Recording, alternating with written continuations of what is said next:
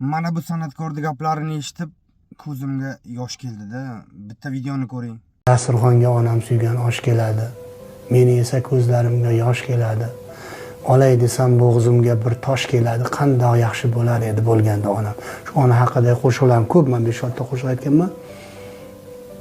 To'yda qanaqadir esimga kelib qoladi-da, ba'zi to'yda shu ona haqida gapirsam, onamni eslasam, o'pkam mana hozirgidaqa to'ladi.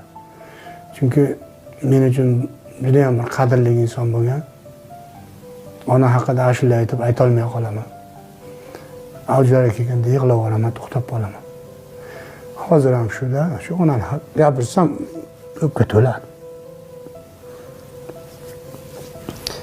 Endi ikkinchi yig'laganim shu, men ishonib qolgan do'stlarim meni podval qilib qo'ysam, qovunchirib qo'ysa, shu narsalarni ko'tara olmayman, chidamayman.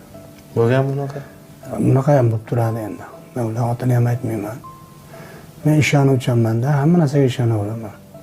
Hammani o'zimga o'xshab bilaman-da, haligi o'zimdaqa bir samimiy, dili pok, ko'ngli toza insonni ishonib qolaman. Ular shunday tushib turishaveradi. Undan keyin men chidolmay qolaman, yig'layman.